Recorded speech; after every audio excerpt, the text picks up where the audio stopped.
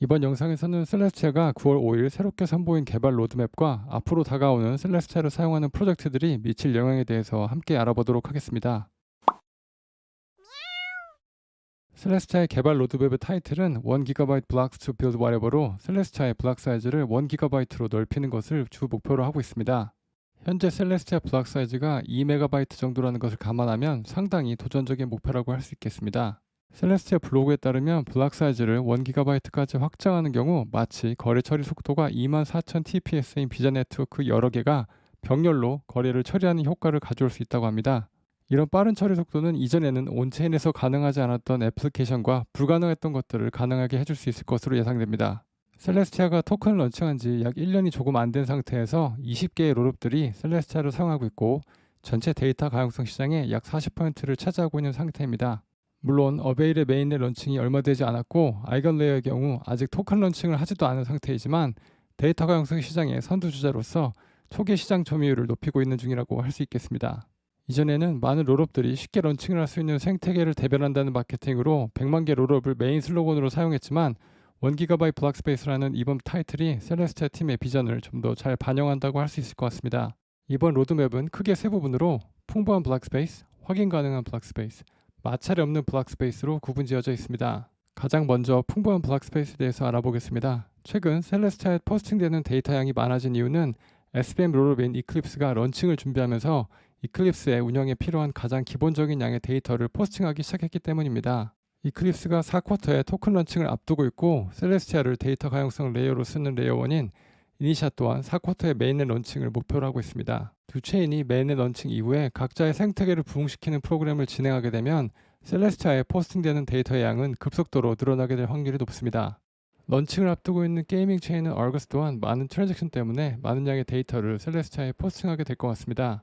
이 밖에도 애플리케이션 롤업이나 비트코인 레이어 2들이 런칭을 준비하고 있기 때문에 셀레스티아에 포스팅되는 데이터 양은 지속적으로 빠르게 늘어나게 될 확률이 높아 보입니다. 이렇게 다양한 롤업들의 등장에 발맞추어 블록 사이즈를 1GB까지 높이기 위해서 여러 기술들이 개발 중에 있습니다. 합의 부분에서 트랜잭션의 컨텐츠에 따라 독특한 키를 생성하여 노드끼리 서로 없는 트랜잭션만 데이터를 받아 네트워크 트래픽을 효율적으로 사용하는 방법인 컨텐트 어드레서블 맨풀이 연구 중입니다. 또한 필요 없는 데이터를 삭제하고 필요한 정보만 전달하는 컴팩트 블록스가 연구 중에 있습니다.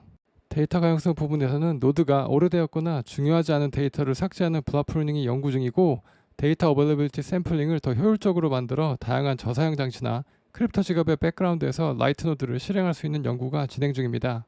두 번째로 확인 가능한 블록 스페이스 1빌리언 라이트 노드에 대해서 알아보겠습니다. 셀레스티아가 현존하는 빠른 속도의 트랜잭션이 가능한 하이 퍼포먼스 레이어 1 체인들인 솔라나, 스위, 앱토스, 세이 등과 가장 큰 다른 점이 있다면 사용자가 라이트 노드를 사용하여 자신의 트랜잭션을 확인할 수 있다는 점입니다. 이 점은 셀레스티아가 비트코인의 신조라고 할 수 있는 Don't Trust Verify 정신을 이어받은 거의 유일한 체인이라고 할 수 있을 것 같습니다. 또한 셀레스티아 구조가 라이트 노드가 많을수록 더 많은 확장성을 확보하는 형태라 라이트 노드를 사용자들이 쉽게 사용할 수 있도록 하기 위한 연구를 진행하고 있습니다.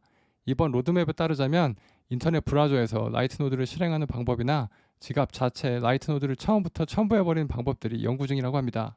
세 번째는 마찰이 없는 블록 스페이스에 대해서 알아보겠습니다. 현재 모듈러 블록체인 생태계에서 단절하는 사용자가 감수해야 하는 가장 큰 문제로 지적되고 있는 상태입니다.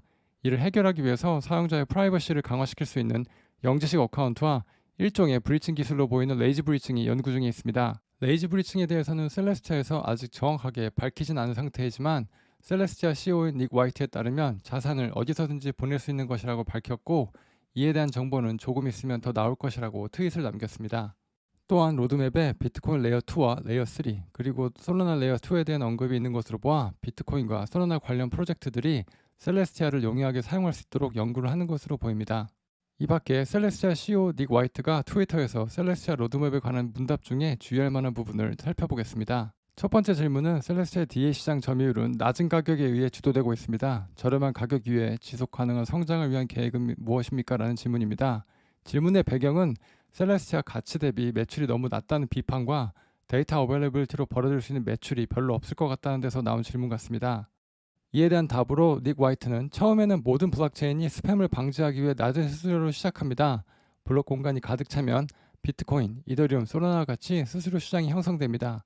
셀레스티아 사용이 증가함에 따라 동일한 현상이 예상된다고 대답을 했습니다. 제가 예전에 말씀드린 모듈러 머니 가설처럼 여러 롤업들이 셀레스타를 사용하게 되면 티아 토큰이 롤업들 사이에서 돈이 될 수 있는 것 같은 맥락이라고 할 수 있겠습니다. 또 다른 질문에서는 1GB 블록을 사용하면 일반적인 가정용 인터넷에서도 전체 노드를 실행하는 것이 가능할까라는 질문이었습니다. 닉 화이트는 이에 대해서 다양한 최적화 후 플로드에서 주고받는 데이터에 따라 달라집니다. 플로드 운영은 1GPS 이상의 인터넷 속도가 필요할 수 있지만 이는 향후 인프라와 네트워크 개발 기반에 따라 달라질 수 있을 것이라고 대답을 했습니다. 이번 영상에서는 셀레스타의 로드맵에 대해서 알아보았습니다. 다음번에도 좋은 내용으로 찾아뵙도록 하겠습니다.